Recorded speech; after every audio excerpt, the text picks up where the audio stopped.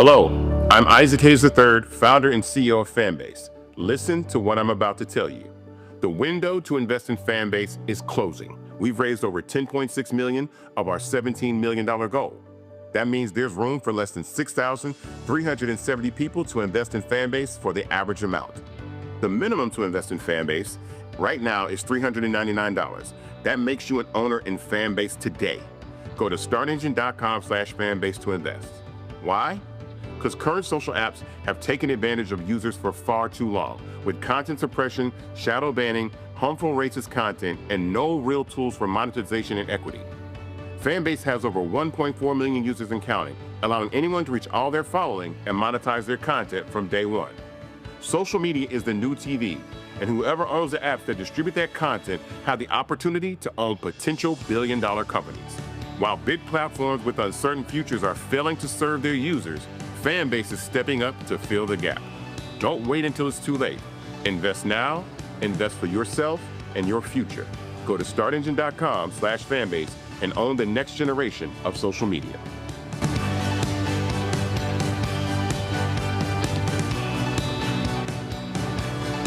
Folks, Black Star Network is here. Oh, no punches! I'm real revolutionary right now. Support this man, Black Media. He makes sure that our stories are told.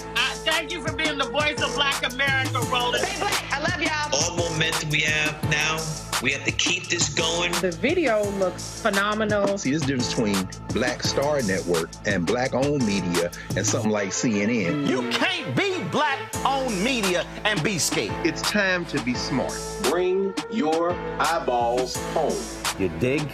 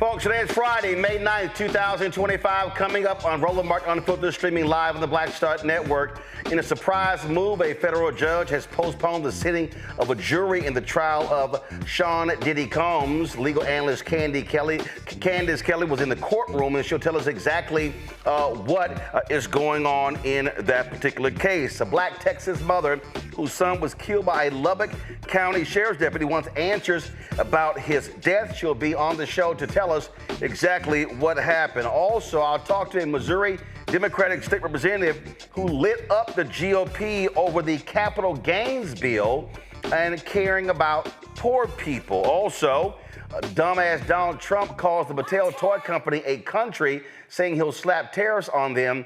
And the thugs in Trump's ICE.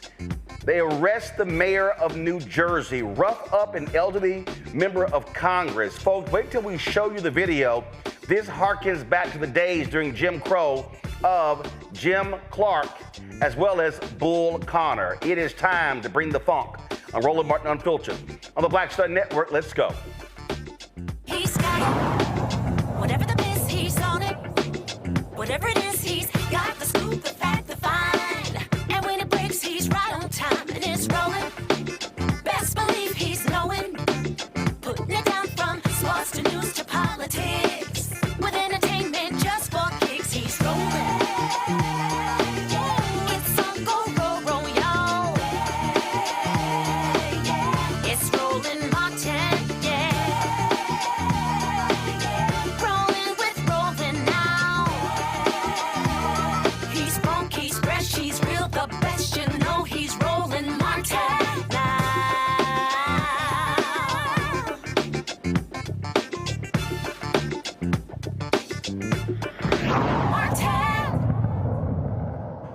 Folks, jury selection in the case of Sean Diddy Combs has been postponed after the federal judge granted a request from the defense team. The prosecution, they objected to that. This is the final step to narrow down the potential jurors from 45 down to the folks who were here at the jury, as well as the alternates. Legal analyst Candace Kelley was sitting in the courtroom today. Candace joins us right now. So what the heck happened? Well, here's what happened. You had 45 jurors that we had these hundreds of jurors finally whittled down to. And so today was supposed to be the day where the attorneys were supposed to ask the jurors, and they were going to seat those 12 jurors and 6 alternate jurors. What happened was that over the weekend, there was one juror who wrote to court and said, look, for my well-being, I really don't want to be a part of this. And then there was another potential juror who actually lied on his questionnaire. He was a part and is a part of a lawsuit against the city of New York, and he did not disclose that. So because of that, we are now down to 43 jurors. What the judge was scared of was that if the jurors were seated today, then they would spend the next 48 hours thinking about their situation, and then they'd have even more jurors pulling out, and then Monday would be a no-go. So he decided, let's just wait till Monday. We're going to seat all of the jurors, and then thereafter, we're going to go right into our opening argument. So that's what happened. They want to make sure that this pool stays intact. So it's a pool of 45, but it's going to be narrowed down to exactly how many? It's going to be 12 jurors and then 6 alternate jurors for a total of 18. And right now we're at 43 because of those 2 jurors who are no longer part of this process. Gotcha. But it's not like there's going to be a delay in the trial. There's simply a delay in this final jury selection process. Exactly. And it really is a part of strategy in order to make sure that everybody stays intact. Because at that point, if today they decided, hey, all right, we've selected our 12 jurors and our 6 alternate, and then out of those 12 or those 6, you had more people pull out, well, then we're back at the beginning again. And he did not want that to happen. He knows how fraught this case is. He knows how worried people are about not only their livelihoods, but their potential safety, what people think of the case. People are crazy out there. Will they say or do anything to jurors? There's a lot to think about. And if you're allowed 48 hours this weekend to think about that, you might potentially pull out for all of the media coverage and everything in and around this case. So that's where we are now. But, one of the key things today was another argument that was made, and that had to do with Cassie and coercive force. And this was very important because we got a chance to see the strategy of the defense. Here's what we learned. We learned that the defense is going to say that Cassie herself, not only was she in an abusive domestic violent relationship, but she herself was violent. And therefore, for her to be coerced into a certain situation that they are saying Diddy did, she couldn't have been coerced because she's a fighter herself. She's abusive herself. And because that's the way they interacted, the defense is saying, Sean thought that just carried over into other parts of their lives. So you have to have this prerequisite of the coercion in order to get to the sex trafficking, which is why this coercion part is very important. Was she coerced or not? Is she this violent fighter that they seem to be going in? Well, that will be in the direction that's going to be up to the jury to decide. But there definitely is a part of their plan to say she herself was an abusive partner. What about this missing key witness? Yeah. The missing key witness is important because as we go into opening arguments, we know that the prosecution and the defense, they lay out their roadmap as to what witnesses are going to hear, what their arguments are going to be, what evidence is going to prove their case. So we have this one witness, this victim that has gone missing in a sense. And they've been trying, the defense, the prosecution team has been trying to reach her attorney, and they say that there are personal issues going on, and therefore she may not be able to be a part of this case. And this is important, and I think important for the prosecution. This is a win for them that at least they know beforehand she's not going to be there. Because the one thing you don't want to do, Roland, is promise the jurors that they're going to hear from a witness, then all of a sudden that witness doesn't appear. It's kind of suspect, and there certainly will be talk about that in a deliberation room. So I'm sure that they're glad to get that out of the way. And listen, the door is open. Anything could happen over the weekend. That's what's really important about this case. It is so huge being compared to the OJ trial. It is something with so many eyes on it, tens of millions of dollars being spent, 8 weeks of time, over 100 witnesses. Listen, this was narrowed down from 700 people in terms of a pool of jurors down to the 43 that we are at now. This is a huge deal, and I would say that that door is open for even more things to potentially change before we hear from opening arguments on Monday. All right, then. So it's a lot going on there, and this is expected to last some 2 months. And again, the prosecution, what they actually have to prove is that these parties crossed the line from being sex, drug-fueled sex parties to coercion. And then really what the defense is going to be saying is, look, this was consensual. These are two consenting adults. Roland, a lot of people speak about this case in terms of this being compared to the R. Kelly case. The difference between this and R. Kelly is that there were no children involved in this particular case, which is why the defense is going with these are consenting adults that are part of this. A lot of people have also been asking, well, if this is a RICO case and you have different people, getting together and you're part of this criminal enterprise, where are the other people? Well, we're going to find out, I'm sure, that the other people made deals. Now, is this good for the prosecution? No, because if they made deals, they possibly could have lied in order to get those deals. But this is why we are seeing Sean Combs singularly in this courtroom, because other people have made deals, but we will certainly hear from those other people on the witness stand tell their story. Oh, indeed, indeed. All right, Candace, appreciate that breakdown. We're going to take a break. We come back.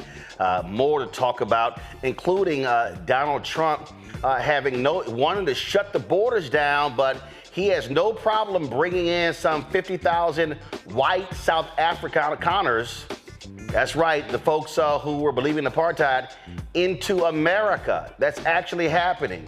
So he gets his desire to bring in white people into the United States. We'll tell you all about it. You're watching Roland Martin Unfiltered right here on the Black Star Network.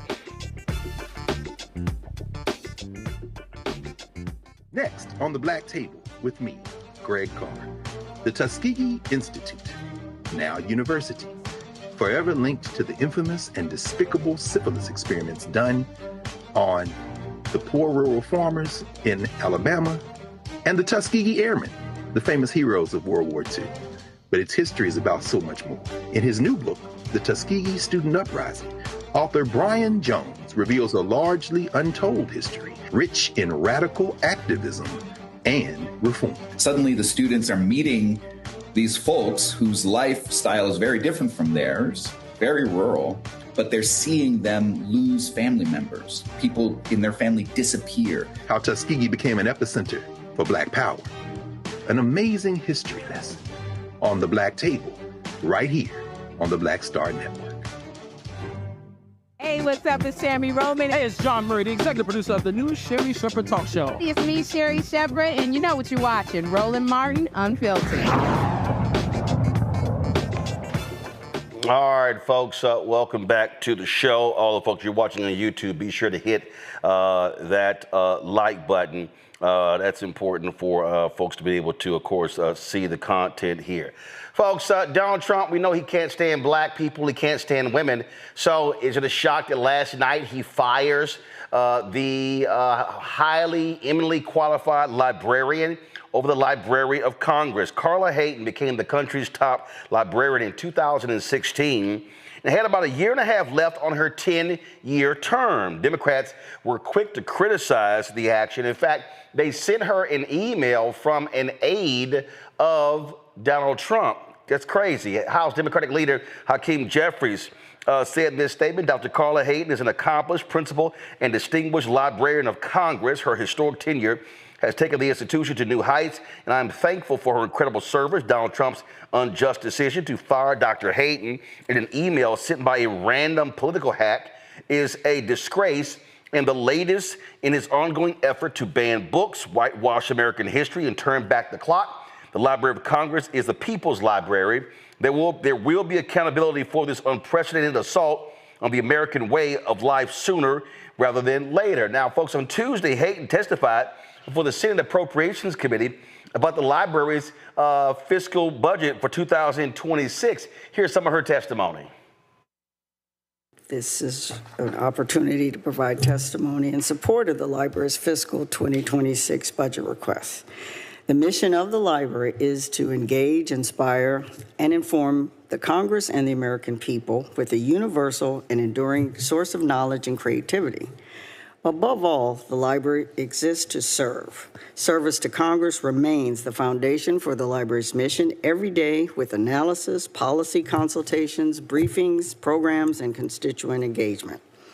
I'd like to express my sincere gratitude for the ongoing and extraordinary support that this committee and Congress gives to the library. I especially appreciate the funding you have provided for major information technology IT investments that we are implementing and continuously improving to meet user expectations for greater access and new and enhanced tools. Also, she's actually the first actual librarian to lead the Library of Congress. That lying press secretary of Donald Trump's, Carolyn Levitt. Listen to what this idiot had to say about the firing today of Carla Hayden. The president fired the Librarian of Congress. Why did he choose to do that? We felt she did not fit the needs of the American people. There were quite concerning things that she had done at the Library of Congress in the pursuit of DEI and putting inappropriate books in the library for children, and we don't believe that she was serving the interests of the American taxpayer well, so she has been removed from her position, and the president is well within his rights to do that. So what they really mean is books from black authors. That's really what this is all about. So it's no shock you have these idiots with their racist and disgusting takes on this. Again, we're talking about the first African-American, the first woman, and the actually real librarian to hold the office. We're going to bring in Michael Imhotep, host African History Network show out of Detroit, joining our panel as well. And Michael, listen, they don't want black folks. They don't want women. And they damn sure can't stand black women. That's what this is all about.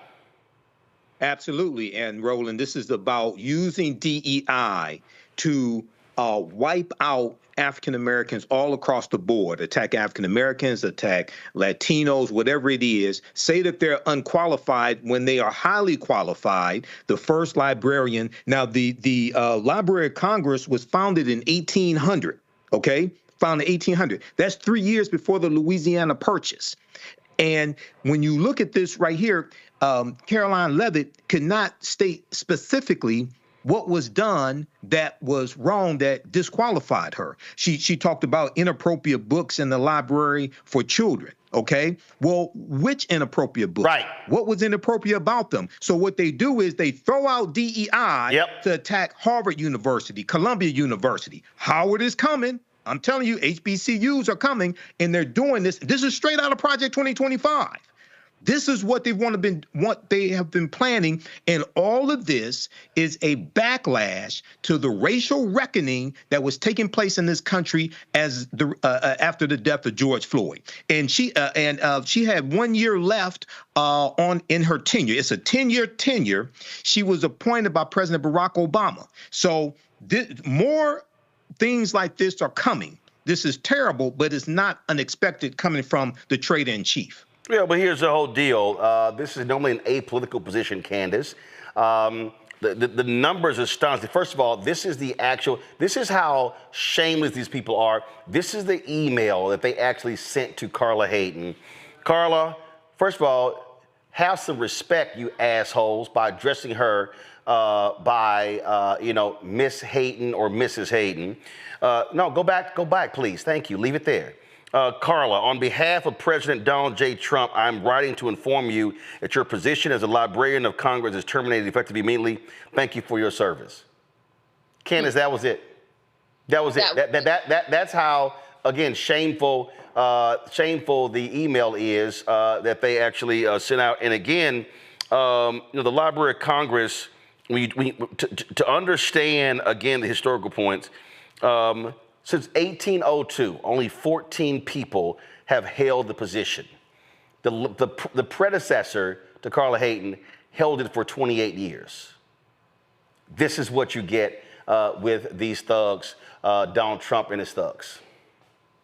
You know what's happening, Roland? I see it as them rolling back and not having the constitutional convention that normally or very hard to have in order to try to change the amendments that are out there. Because one by one, all of our amendments are being eradicated. You can look at the 14th Amendment, the 5th Amendment in terms of due process, the First Amendment in terms of, protesting Columbia's campus, or even the Supreme Court making a decision and then Donald Trump saying, no, I'm just not going to listen to this 9-0 agreement by the justices. What he's doing is little by little is he is very much tapping and tapping away at all of the amendments that are out there. This time, it is the First Amendment. This is what it's about. It's about the First Amendment and schooling and making sure that whatever young people read or anybody reads in any system matches his agenda. And so we are talking really about censorship. That is what is on the table. And the First Amendment is at stake. It has always been at stake, and it will continue to be at stake if we do not fight and become informed about these issues so that we know the language with which we should fight with. And that's a problem. He is in a position now between his executive orders and this whole DEI umbrella that we were talking about, where everything can just be swept up under it. So the fight continues, but this is all about censorship in the First Amendment. Yes, DEI, yes, blacks, LGBT, women. They've banned books from women who talk about having freckles because they are different. So we're talking about kind of the most ridiculous things about how they want to make sure that people are not offended by certain things because they're treated differently than another person. Very backwards approach, and is certainly an attack on the First Amendment. Yeah, but it's not just the first. When you look at all their actions, and we're going to get to this when it comes to the arrest of Mayor Ras Baraka, they don't care about the Fifth Amendment. They don't care about the 14th Amendment. The only amendment they care about is the Second Amendment, Michael. Yeah, Roland. Well, you're dealing with a thug president. So when you have somebody that's a 34-time convicted felon, you can expect them not to follow the law. OK, and so once again, this is an example how elections have consequences. OK, we're going to see more of this. We have to continue fighting against this. But this is a lawless administration. And you're going to see more attacks using diversity, equity, and inclusion actually to fire people. OK, we see the closing of the Minority Business Development Agency, OK, which distributed billions of dollars in contracts for African-American owned businesses. We saw that the Environmental Protection Agency was cutting grants, wiping out grants, talking about DEI. We saw that when you look at Cancer Alley, the lawsuit that the Department of Justice had against the petroleum company the petrochemical company, I should say, in Louisiana, in the area called Cancer Alley. They dropped that lawsuit citing DEI. Cancer Alley is 92% black, 92% African American. So all these policies, even though they were not 100% for African Americans, we did gain some benefit. OK, but now they are reversing all that. Yeah, they're just slapping DEI on everything. This is the new critical race theory. It's like we're just going to slap DEI on everything. But the real thing here that Candace laid out is Donald Trump, when he was, see, this is what people don't understand. He was not joking when he said, I want to be a dictator on day one. His whole deal is Candace, they want to take as much executive power. They believe that that legislative is irrelevant, judicial is irrelevant, that they hold all power. He wants to be a king. He wants to be Putin. He wants to be a dictator. He's doing that is he's finding workarounds. He's finding workarounds in executive orders. He's finding workarounds you probably have noticed in various press conferences when he's asked questions, he'll tell you, well, that's not the question that you should be asking. Or he will say, I absolutely know nothing about that. When, like Michael said, not only has he known about it, but, there's pen to paper about it in Project 25. So what they're doing is really a lot of strategy, right? And then they're putting things out in the forefront so that we worry about other things and won't worry about the desegregation policy that was just reversed down in a Louisiana parish, right? We know about that, but it's not headlining news. We're talking about things like the UK and tariffs, which certainly are important, but meanwhile, simmering right below everything, right? I mean, like they say in the South, if it was snake, it would have bit us. It's right there if we look. There's a lot of snake biting that's about to go on because he's doing things right in our faces, but we're not paying attention. And by the we, I mean people who need to be better versed on the laws, to understand what it means to go to the polls and vote. 90 million people sat down and didn't do anything this time around. And just being informed enough so that you can fight for your rights. I find that many times people do not know even what they're supposed to fight about because they're just not informed or they're misinformed by the media. So that's where we are right now. It's really incumbent upon everybody to do their jobs to try to make sure that everybody is well aware of what is going and to pay attention to the details and what's going on beyond the surface, not just at the top. Well, yeah, but the problem is when you have media who believes this stuff is just cute and they don't want to call it what it is and are unwilling to actually check him on this. All right, folks, going to go to break.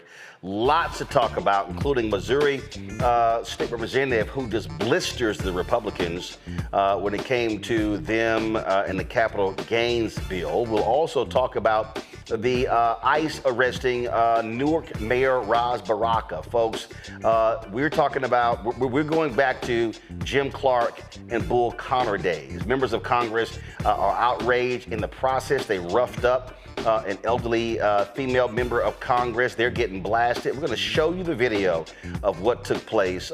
It's shocking and stunning, but we know Trump doesn't care because all they care about is playing up to the camera. So lots to break down here.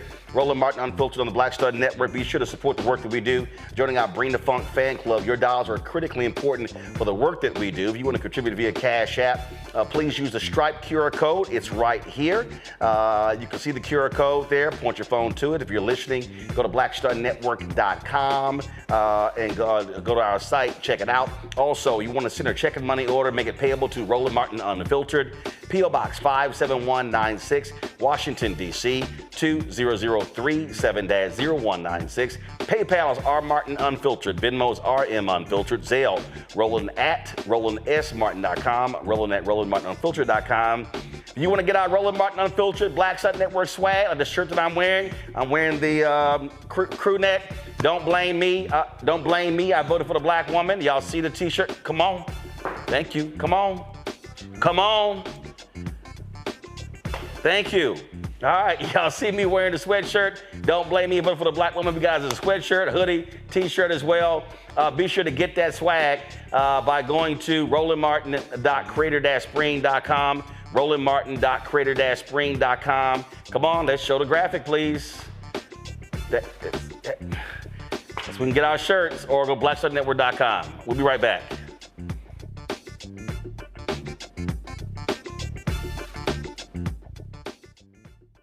Now streaming on the Black Star Network.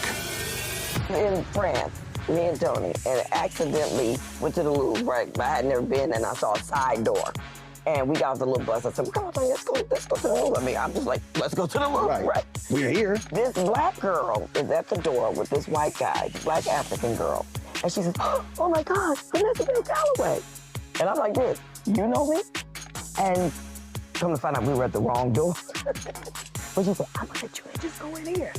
But I was in Paris, France. Mm-hmm. And that shocked me. She knew my name, she knew me. Mm-hmm. My movie. Mm-hmm. You know, so it's like, you just gotta, they say, build and they will come. Put it out there, people will find it, they will come.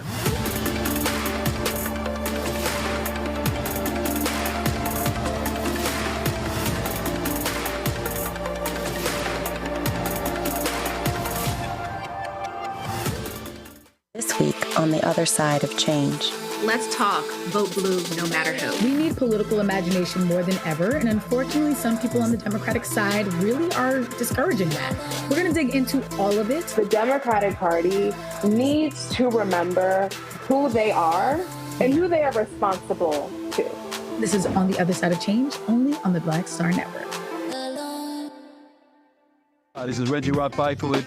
You're watching Roland Martin, unfiltered, uncut, unplugged, and undamn believable. You hear me?